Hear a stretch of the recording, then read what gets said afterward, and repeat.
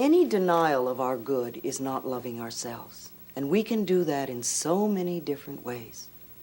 You know, I once had a client who wore glasses and often wore contact lenses, and we weren't even working to improve her vision, but we were working to release some old pattern in her life that was really limiting her. And one day we had a big breakthrough, and the next day when she got up and she put on her contact lenses, they were bothering her. So she took them out, and her vision was absolutely clear. She could see everything perfectly. And she spent the whole day saying, "I don't believe it, I don't believe it, I don't believe it." And the next day, she was back to wearing her lenses. You see, the universe will back up whatever we say. And when good comes into our life and we deny it, this is an act of not loving ourselves, and we literally push it away. Sometimes we have a partner who's tired or grouchy, and we think that something's wrong with us. Or our marriage ends, and we believe it's all our fault and that we're not good enough. Or we have one or two dates with somebody and they never call again, and again we think something is wrong with us.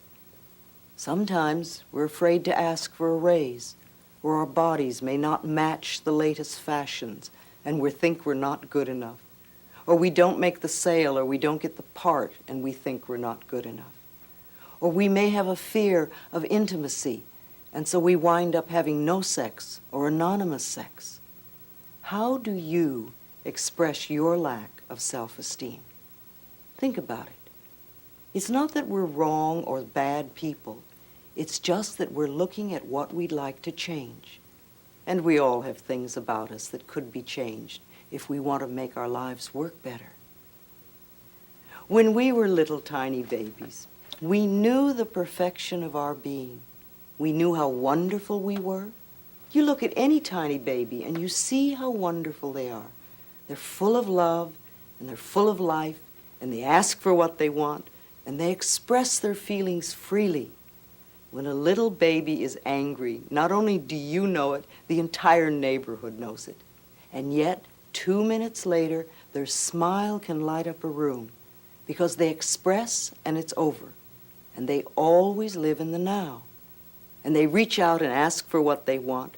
They're fabulous little babies. And they love their bodies from the top of their head all the way to the tip of their toes. They have no shame and no guilt. And they're not into comparison. And each one of us was like that. Then somewhere along the line we lost it. We listened to other frightened or angry people and believed what they told us. Where did you lose your love for yourself? All right,